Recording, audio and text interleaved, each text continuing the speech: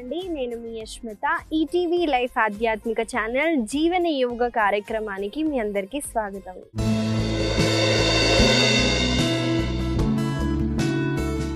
ఎలా ఉన్నారండి మీరంతా? నేనైతే చాలా బాగున్నానండి. మీరందరూ కూడా బాగుంటారు, ఎందుకంటే మీరు జీవన యోగాని అలవాటు చేసుకున్నారు కాబట్టి. ఇవాళ మన సాధన చేసే ముందండి ఒక చిన్న విషయం అయితే నేను మీతో చెప్పాలనుకుంటున్నాను. దుర్యోధనుడు ఉన్నాడు కదండి, దుర్యోధన ఏమంటారంటే, పెద్దలు చెప్పేది అన్ని సత్యం, కానీ నేను ఫాలో అవ్వను. అదే అర్జునుడిని చూసుకోండి, అర్జునుడు ఎంత తెలివైన వాడైనా, కృష్ణ నాకు ధర్మ మార్గం అంటే ఏంటో తెలీదు, నువ్వు చెప్పింది నేను చేస్తాను అని అన్నారు చూడండి. ఆ లక్షణాన్ని మనము అలవాటు చేసుకోవాలి. జీవితంలో ఎంత తెలిసినా చూడండి, నాకే తెలుసు, నేనే గొప్పవాణి, నాకు తెలిసినంత ఎవరికీ తెలీదు అన్న భావన అస్సలు ఉండొద్దండి. ప్రతిరోజు ఒక లెర్నింగ్ అండి. నేనైతే అది నమ్ముతాను. అందుకే ఏమో మనము ఇంకా ఎదగాలి అని ఆశ పుడుతుందండి.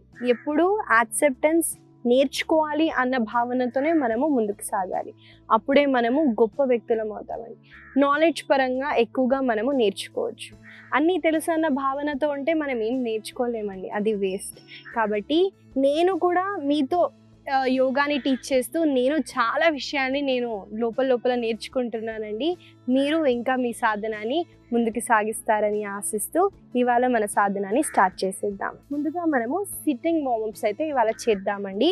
అందరూ లెగ్స్ని క్రాస్ చేస్తూ ఇలా సుఖాసనాలో కూర్చోండి. కూర్చున్న తర్వాత శ్వాసని తీసుకుంటూ చూడండి, చిన్ని పైకి లిఫ్ట్ చేయండి.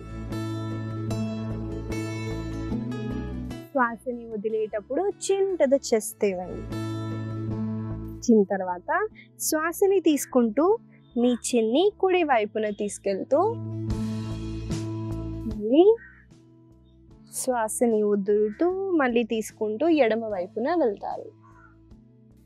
చూడండి, హాఫ్ సర్కిల్స్ అయితే నేను నా నెక్తో చేస్తున్నాను. మీరు ఇంతే ప్రాక్టీస్ చేయడానికి ట్రై చేయండి.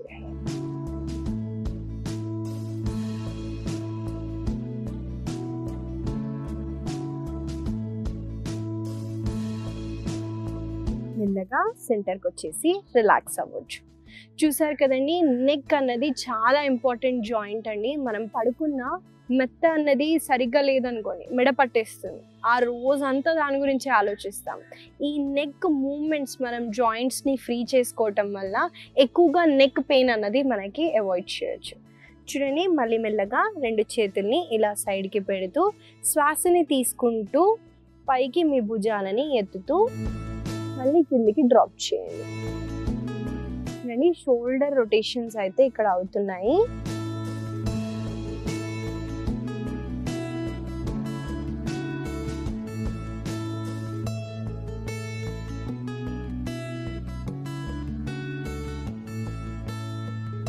ఇప్పుడు రివర్స్ డైరెక్షన్ లో చేద్దాము.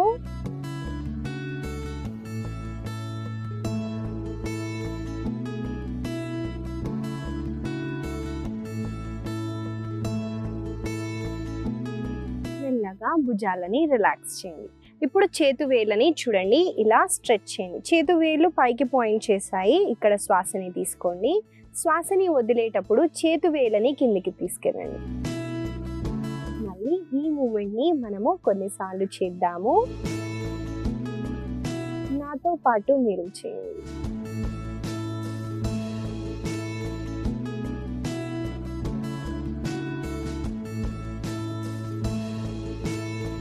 మెల్లగా రిలాక్స్. ఇప్పుడు ఒక చిన్న గేమ్ని నేను మీతో ఆడిపిస్తానండి. చూడండి, నేను రెండు చేతుల్ని ఇలా తీసుకెళ్ళాను, క్రాస్ చేస్తూ నా అరి చేతుల్ని టచ్ చేస్తున్నాను. చేస్తూ చేతు వేళ్ళని ఇలా క్లోజ్ చేస్తూ శ్వాసని తీసుకుంటూ చూడండి, ఇలాగా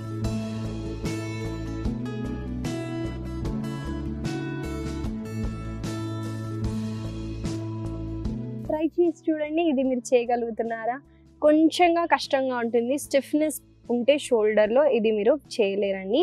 కాకపోతే చేయడానికి ట్రై చేయండి. ముందుగా మీరు ఇలా చేస్తుంటే ఈసారి హ్యాండ్ని చేంజ్ చేస్తూ చేయడానికి ట్రై చేయండి.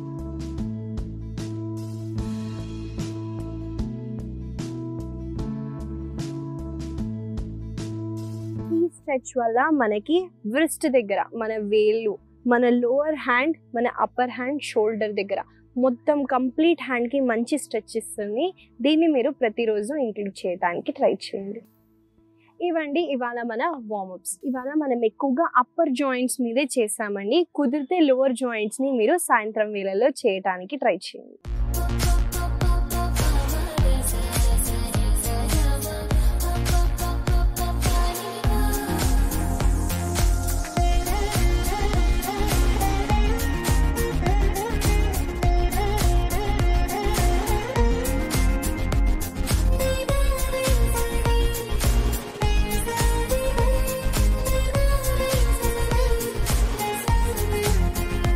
మనము మొదటిగా చేయబోయే ఆసన పేరు వీరభద్రాసన 3.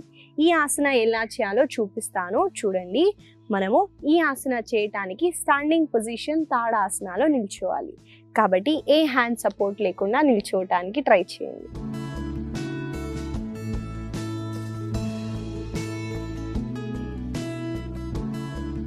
ముందుగా మీరు ఇలా తాడాసనలో నిల్చుంటారు. నిల్చున్న తర్వాత కుడి కాళ్ళని 1 స్టెప్ బ్యాక్కి తీసుకెళ్ళండి.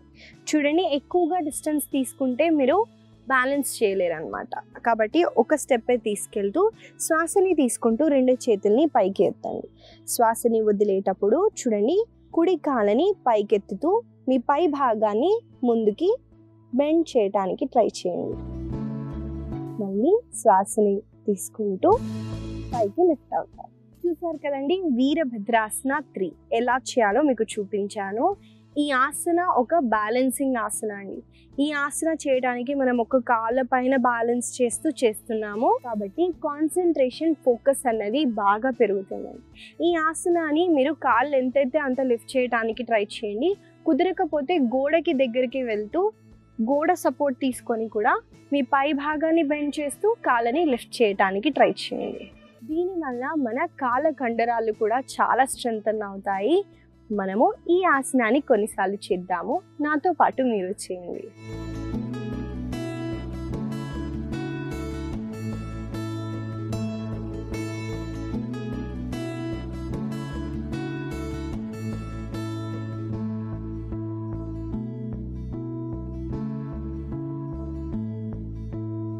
ఆసన చేసేటప్పుడు మీరు మ్యాట్ పైన ఒక పాయింట్ మీద మీ దృష్టిని తీసుకెళ్ళి హోల్డ్ చేయడానికి చేయండి. గేజ్ చేసినప్పుడే మనకి బ్యాలెన్స్ అన్నది అవుతుందండి. లేదా మీరు ఐబ్రో సెంటర్ మీద కూడా మీ దృష్టిని తీసుకెళ్ళటం వల్ల స్పిరిచువల్గా మన ఆగ్నేయ చక్రాతో కూడా మనము కనెక్ట్ అవుతాము. కాబట్టి ఇంకా కొన్నిసార్లు చేద్దాము.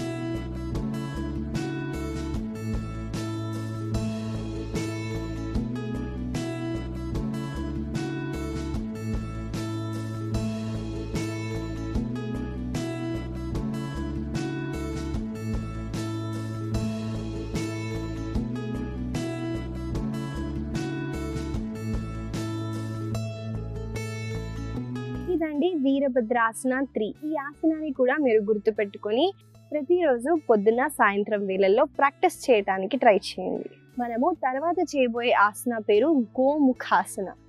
ఈ ఆసన చేయటానికి ముందుగా మనము దండాసనలో కూర్చోవాలి. కాబట్టి కూర్చోటానికి ట్రై చేయండి.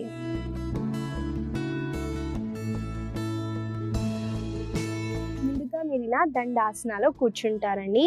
కూర్చున్న తర్వాత చూడండి, నేను నా కుడి కాళ్ళని పైకెత్తి ఎడమ వైపున పెడుతున్నాను. చూడండి, ఎంతైతే అంత వెనక్కి తీసుకెళ్ళటానికి ట్రై చేయండి. ఎడమ హిప్ దగ్గర మీరు పెడితే ఇంకా మంచిదండి. తర్వాత ఎడమ కాళ్ళని కూడా ఫోల్డ్ చేయండి. చూసారు కదండి, 2 మోకాలు అన్నవి ఒక లైన్లో ఉన్నాయి. ఇలా ఉంచకుండా ఎక్కువ వరకు మీ మోకాలని ఒక లైన్లో పెట్టడానికి ట్రై చేయండి. చేసిన తర్వాత చూడండి, ఏ కాలు పైన ఉందో ఆ హ్యాండ్ మాత్రం పైకి వెళ్తుంది. నా కుడి కాళ్ళు పైన ఉన్నాయి కాబట్టి కుడి చేతిని పైకి తీసుకెళ్ళండి. ఇప్పుడు ఎడమ చేతిని కూడా వెనక నుంచి తీసుకెళ్తూ ఇంటర్లాక్ చేయడానికి ట్రై చేయండి.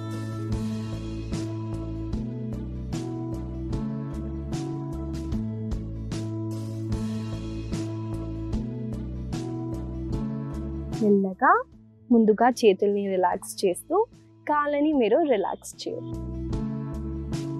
చూసారు కదండి, ముఖాసన ఎలా చేయాలో మీకు చూపించాను. ఈ ఆసన చేయటం వల్ల ఎక్కువగా లోవర్ బాడీ స్టిఫ్ అయిందనుకోండి, ప్రతి ఒక్క సిట్టింగ్ ఆసనాస్ అయితే మీకు చాలా ఫ్లెక్సిబిలిటీని ఇస్తుంది. ఇంకా మనము షోల్డర్స్ ని మనము ఇలా తీసుకెళ్ళి చెస్ట్ ని ఓపెన్ చేస్తున్నాం చూడండి, ఇది ఒక మంచి చెస్ట్ ఓపెనింగ్ ఆసన. దీనివల్ల మనకి రెస్పిరేటరీ డిసార్డర్స్ ఉంటే దాన్ని మనము రెక్టిఫై చేయొచ్చండి. చాలా మంచి ఆసన. ఈ ఆసనాన్ని మనము కొన్నిసార్లు చేద్దాము. నాతో పాటు మీరు చేయండి.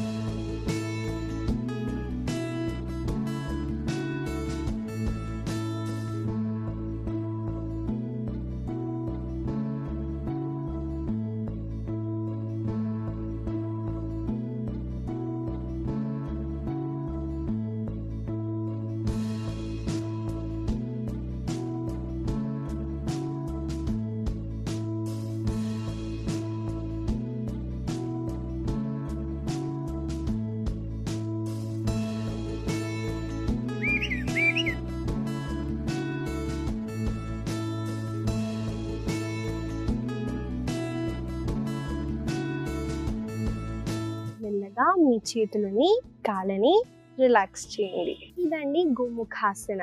ఈ ఆసన చేయడం వల్ల బెనిఫిట్స్ కూడా చెప్పానండి. ఎక్కువ వరకు మనము ఇంట్లో కూర్చున్నప్పుడు మీరు అబ్జర్వ్ చేయండి, మాట్లాడేటప్పుడైనా నిల్చునేటప్పుడైనా ఇలా హంచ్ చేసి స్పైన్ని ఇలా ఉంచుతామన్నమాట. దీనివల్ల ఏమవుతుందంటే మీరు రాను రాను ఇలానే మీ బాడీ పోస్చర్ అయిపోతుందండి. కాబట్టి మీ భుజాలని షోల్డర్స్ని ఇలా వెనక్కంటూ ఎప్పుడూ స్పైన్ని ఎరెక్ట్గా పెట్టడానికి ట్రై చేయండి. దీనివల్ల బెనిఫిట్స్ చాలా ఉన్నాయండి. ఇంకా ఎక్కువ వరకు చూడండి, అలా కూర్చునేటప్పుడు కాళ్ళ పొజిషన్ని కూడా మీరు వజ్రాసన కానివ్వండి, గోముఖాసన జస్ట్ ఇలా పెడుతూ కూడా మీరు ఎంతసేపు మాట్లాడినా ఇంతే కూర్చొని మాట్లాడండి. దీనివల్ల వచ్చే బెనిఫిట్స్ కూడా వస్తాయండి. దీనివల్ల మనకి కాళ్ళల్లో ఫ్లెక్సిబిలిటీ కూడా పెరుగుతుంది. దీన్ని మీరు అలవాటు చేసుకోవడానికి ట్రై చేయండి. ఈ ఆసనాన్ని కూడా మీరు ప్రతిరోజు ప్రాక్టీస్ చేయడానికి ట్రై చేయండి.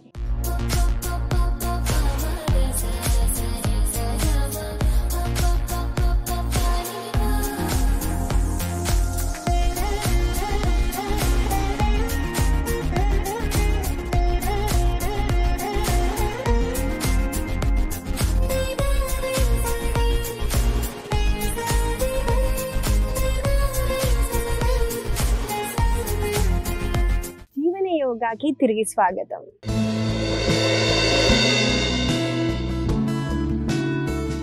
మనము తర్వాత చేయబోయే ఆసన పేరు అర్ధ ధనురాసన. ఈ ఆసన ఎలా చేయాలో ముందుగా చూపిస్తాను చూడండి. మనము ఈ ఆసన చేయడానికి మన పొట్ట వైపున పడుకుంటాం. కాబట్టి మీరు మీ పొట్ట వైపున పడుకోండి.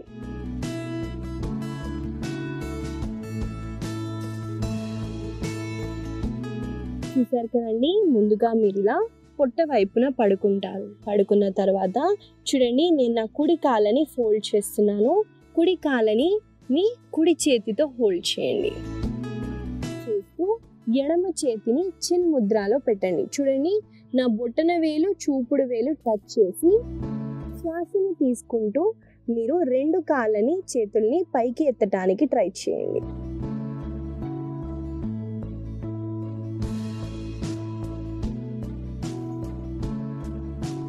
శ్వాసని వదులుతూ మీరు కాళ్ళని చేతులని రిలాక్స్ చేస్తారు.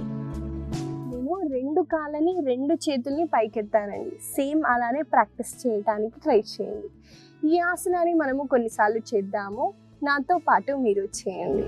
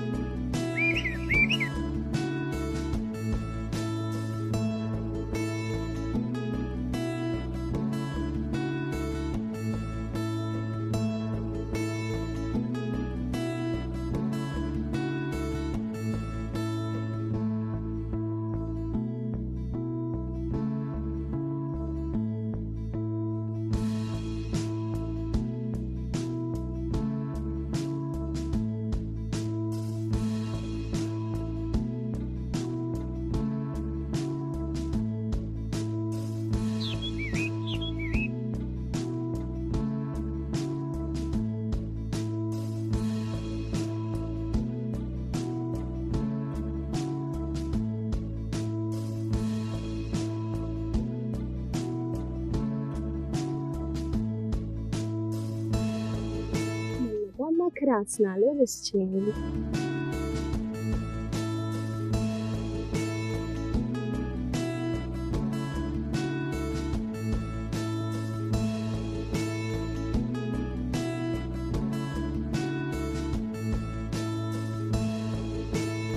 ఒకవైపున తిరుగుతూ సుఖాసనాలు కూర్చోండి.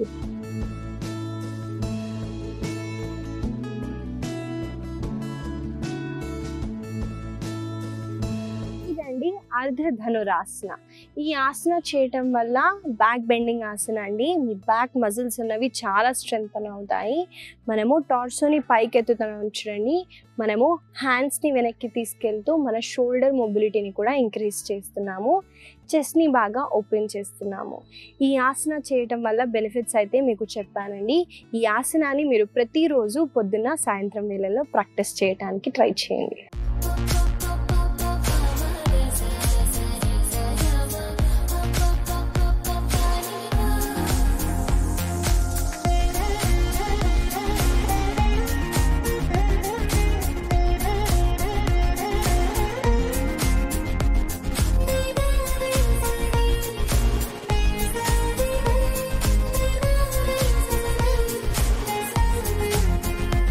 ఆసనాస్ చేసిన తర్వాత మనము రిలాక్సేషన్ లేదా మెడిటేషన్ చేయటం వల్ల ఇంకెక్కువగా మనము రిలాక్స్ అవుతామండి. ఇవాళ ఒక చిన్న చాంటింగ్ని మనం చేద్దామండి. బీజ మంత్రం ఉంటుందండి. మనకి మంత్రాలు తెలుసు, బీజ మంత్రాలు ఉంటాయన్నమాట.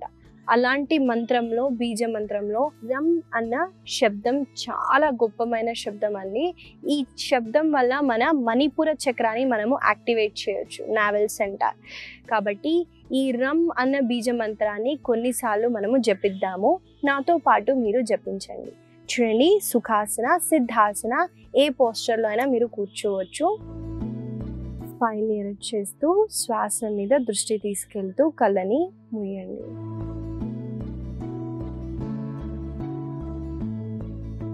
ఇప్పుడు శ్వాసని తీసుకుంటూ శ్వాసని వదిలేటప్పుడు రమ్ రమ్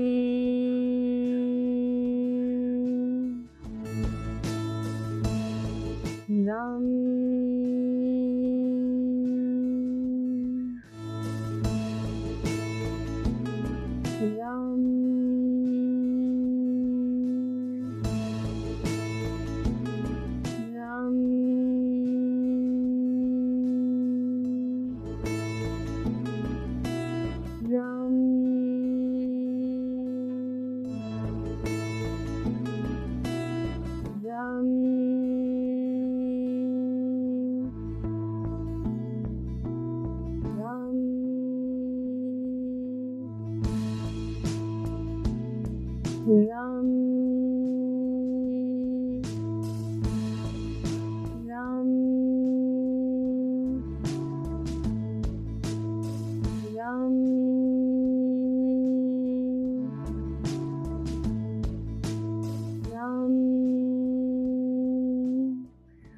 రిలాక్స్.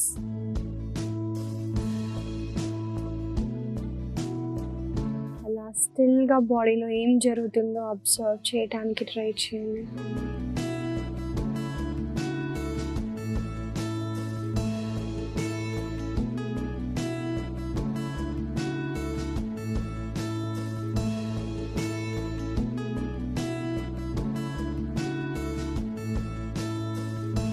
మెల్లగా చేతుల్ని దగ్గరికి పెడుతూ కళ్ళ పైన పెడుతూ మెల్లమెల్లగా కళ్ళని తెరవండి. ఇదండి బీజ మంత్రం రమ్. నేను ముందు రోజుల్లో చక్రాస్ గురించి నేను మీకు ఎక్స్ప్లెయిన్ చేశానండి.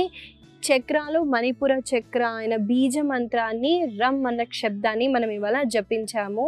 జపం చేయటం వల్ల మనకి థైరాయిడ్ గ్లాండ్స్ కూడా వర్క్ చేస్తాయండి. యాంగ్జైటీ, డిప్రెషన్ ఉన్నా కూడా ఈ శబ్దాలు చాలా పవర్ఫుల్ అండి. కాబట్టి మనం ఏదైనా మాట్లాడే ముందు చాలా ఆలోచించి మాట్లాడండి. ఎందుకంటే ఎంత కామ్గా, సైలెంట్గా ఉంటామో అంత ఎనర్జీని స్టోర్ చేస్తాము.